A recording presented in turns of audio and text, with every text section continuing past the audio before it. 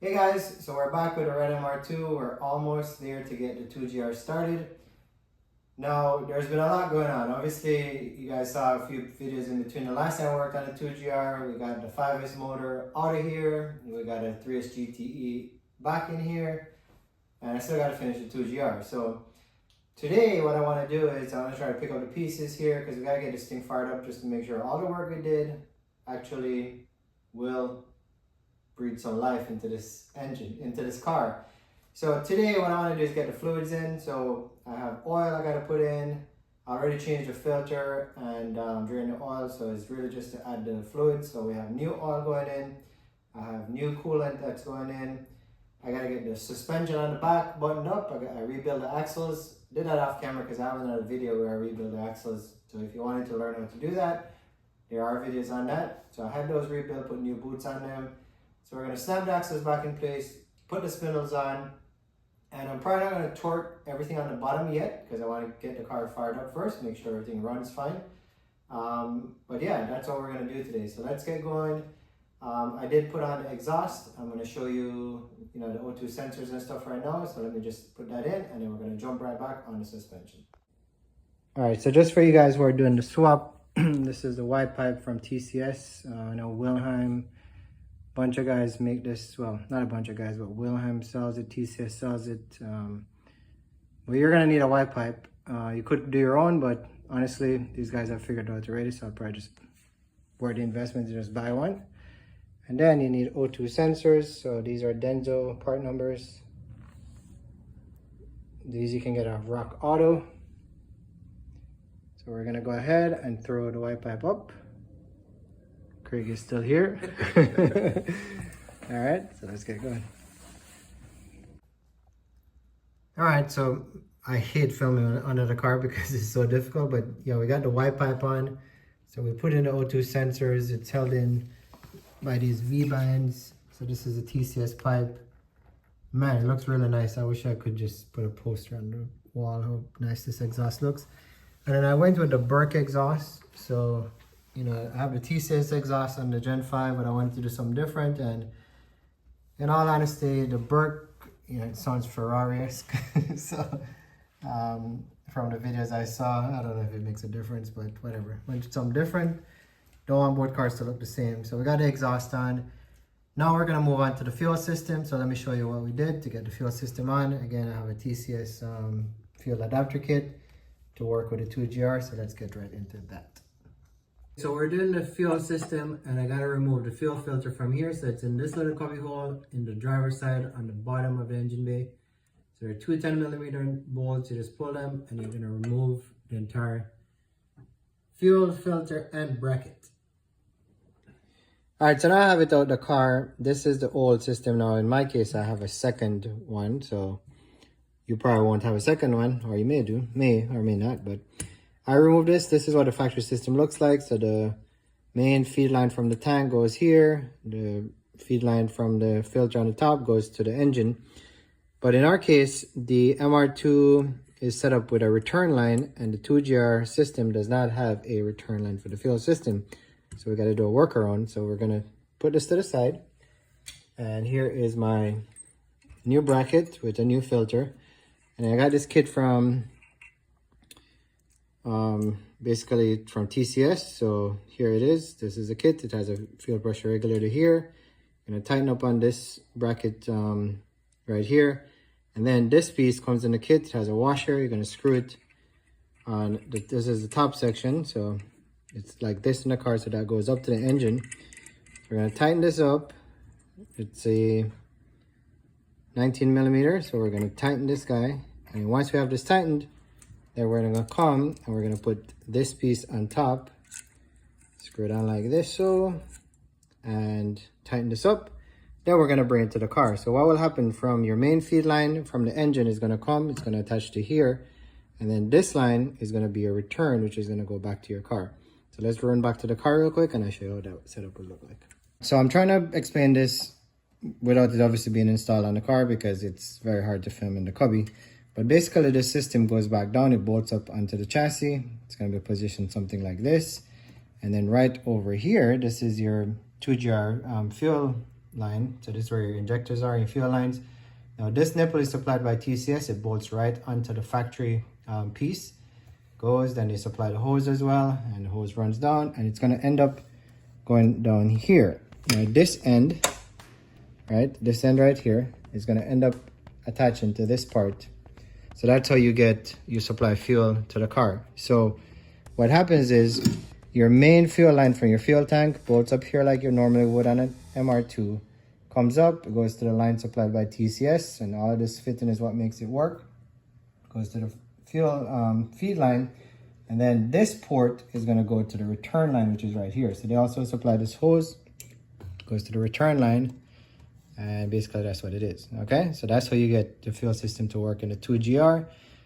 This end here, it just left open. It's, I guess, like a vacuum end, but we don't use it here, so that's just going to vent to the atmosphere. So I'm going to get this installed. That would basically be our fuel system, and barring any leaks, we should be fine. I already changed the fuel pump in the tanks. I put a Walwer 255 just to make sure I had enough fuel delivery to the motor, and that should be it. So let me install it and I'll show you guys the finished product. Well, my choice of lubricants, I have SuperTech Toyota coolant.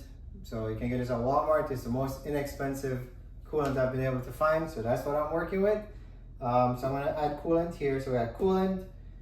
Once I get the axles in, we're going to use MT90. That's what's going to be our gear fluid of choice. I am going with Quaker State. I tend to use Quaker State. I don't know. I just like Quaker State, and I'm doing 5W30s. There's a lot of back and forth about, I think it's 0W40 or 0W20, I forgot, that the 2GR uses. I'm going with 5W40. I live in Florida. It's hot, so I figured this should be fine. So that's what I'm going to use. So let's get these fluids in.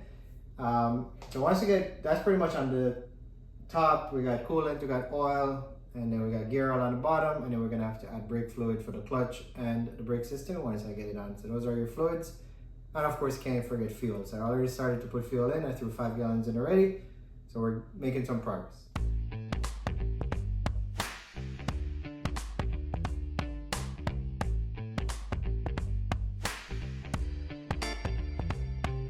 All right, fresh oil in this motor. I don't know how long this engine has been out of whatever Avalon it came out of, but I know it's been a while since it's got an oil change, so enjoy.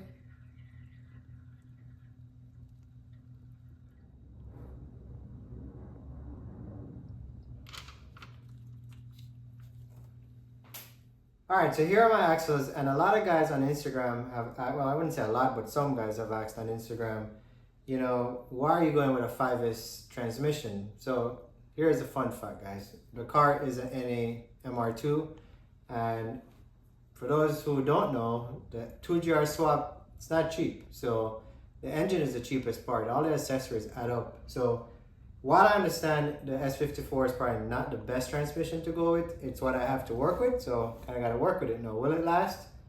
Who knows? I don't know. But you gotta learn you gotta know how to drive it. I can tell you in the past, I've had many transmission issues with my cars because I drive a little bit too aggressive. So I've since learned to just, you know, not drop gears, just, you know, shift, drop it in smoothly, and then put the power on. So that's how I plan to drive this car. Am I getting the best benefit of a 2GR? Probably not, but you know, time and money, and you know, as things go along, hopefully I'll be able to source a E153, and then we can convert it back then. But for now, I gotta work with what I have, and what I have is the S54. So hopefully that explains that. I did rebuild these axles, so just, you know, these are Toyota boots, so went ahead and replaced all of those, a little bit of insurance. So I'm gonna snap these in, and we're gonna get the suspension back on.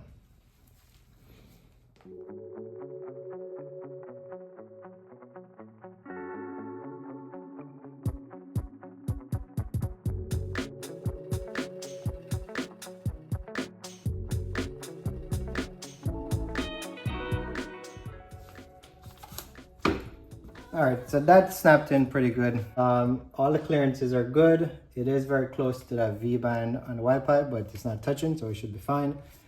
As you guys can see, I got new stainless brake lines. This is the tin suspension.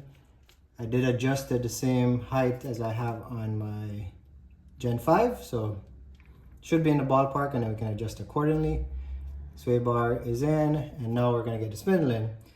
Now I did get the subframe, obviously that's up, everything is buttoned up. I don't have anything torqued yet, but we're just gonna basically assemble everything. So now, put some grease inside the spline here, in here, and then just a little bit on the axle.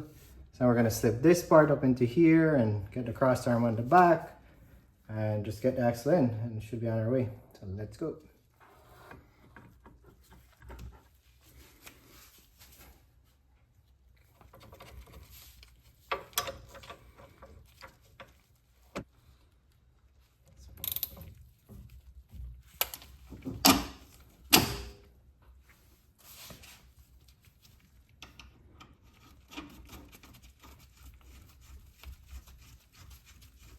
All right, so I'm gonna get the control arm rod bolt in, and as you guys can see, everything is, got good paint on it. So, when you guys see this stuff, like there's a lot of work that goes off camera. So hopefully you guys can appreciate the level of attention, because it takes a lot of time. You gotta be willing to put in the work if you want to get everything looking this, I want to say, clean and fresh. So don't think this happened overnight, and that's why some of these projects take so much time, because if you're doing this level of detail, you just gotta put level of time.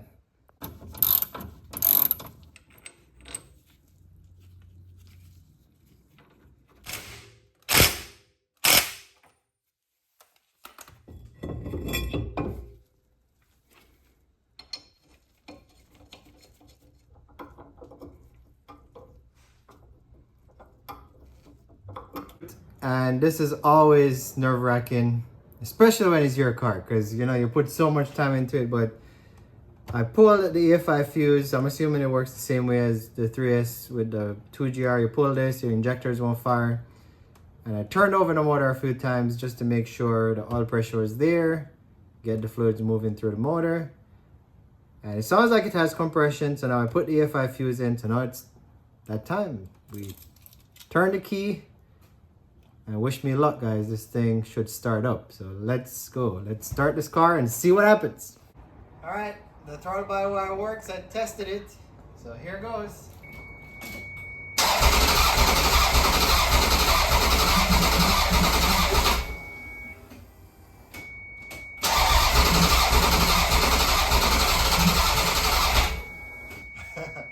Third one's a charm. All right, fourth one's a charm.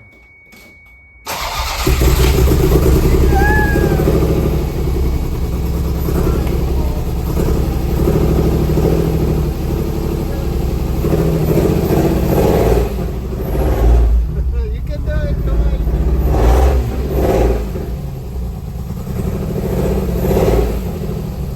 Doesn't feel like it's firing on all cylinders, but it started.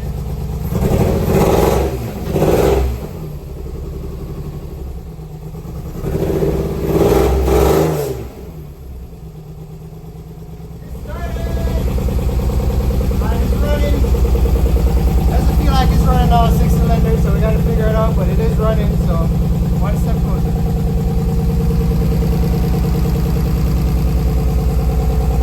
Alright guys, so first 2GR swap, and it started, it runs, but it's not running right? And it sounds too loud. I just think it doesn't sound clean. So I'm assuming there's a misfire, and I kind of panicked and I called my buddy So90's MR2 on YouTube, so let's do a plug right now for him. Go check out his videos. He has some awesome MR2s, very, very clean, so go check them out. But anyways, he just quickly recommended, why don't you plug in the scanner? And I'm like, duh, I should have figured that out. So anyways, I ran the scanner, show you guys what we did there. But basically what I'm getting is ignition coil F, and there you go, ignition coil F and ignition coil D. Code P0354 and P0356. So that kind of makes sense, because what I'm experiencing with how the motor is running, it does feel like one cylinder is not running right or whatever. So I thought maybe it's the airflow sensor, but likely culprit is a coil pack or spark plugs, but I got brand new spark plugs in there. So anyways, just looking at the codes 354, 356, let's bring it over to the engine. So on the 2GR, it is 1, 2, 3, 4, 5, 6, cylinder 6. So So it looks like these two coil packs are the problem. So what I'm gonna do is I took this coil pack out of cylinder 6 out. I'm gonna try to swap it over there with cylinder 2, and then basically the code should shift. If it shifts, then I know the coil packs are bad. But I don't have any extra coil packs, but my buddy Kevin with the other 2GR MR2, I'm gonna run to his house. So Kevin, I'm coming to your house because I want to borrow 2 coil packs to test this out to make sure it works. And if you're up tonight, I'm gonna come see you tonight. So anyways, that's where we are, but it does start. So far I haven't found any leaks, no coolant leaks, no oil leak, no fuel leaks. So I think we're good on that front. Just got to figure out this little misfire, and I think this is a culprit. All right, so this is cylinder 1, this is cylinder 3. So I haven't had a misfire yet, so I think if I can get this out and swap it around, I should be able to move the problem around and kind of confirm what's wrong. So I'm going to move the plug from cylinder 3 over to cylinder 6. So therefore, when I start it up, then I anticipate I should have a problem with cylinder 4 and cylinder 3 because I'm shifting the problem from 1, assuming that the cylinder 6 pack was bad. Hopefully I didn't confuse you guys with that.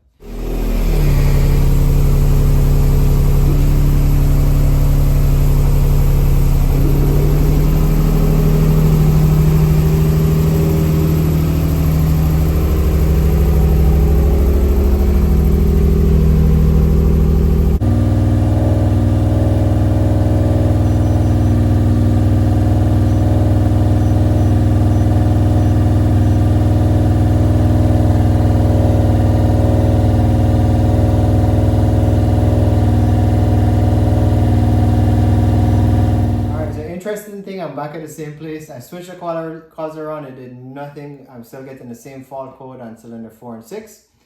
So at this point, I'm thinking maybe the plugs. Although they're new plugs, but who knows, could be the plugs.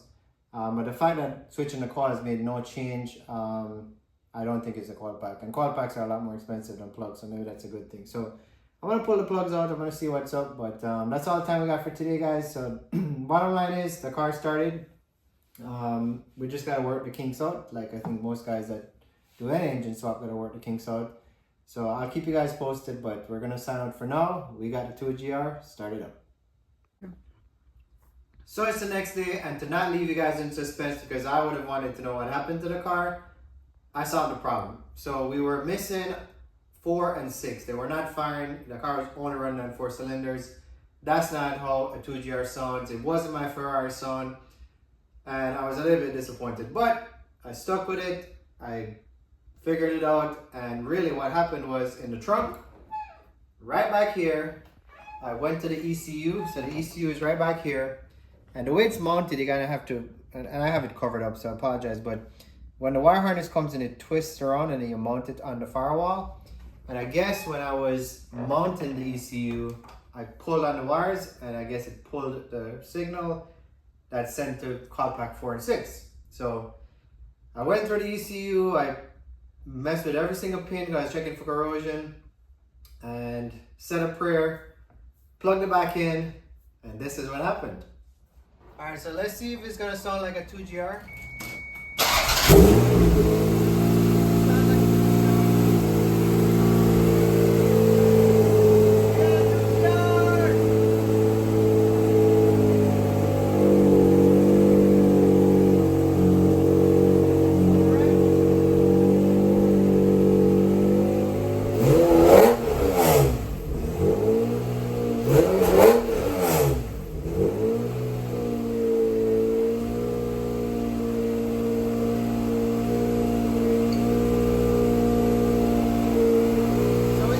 Guys, the V6 is alive, no engine codes, no check engine light, we're set. So we're to home stretch from here. Let me show you some of the stuff that we've done today. The car looks awesome.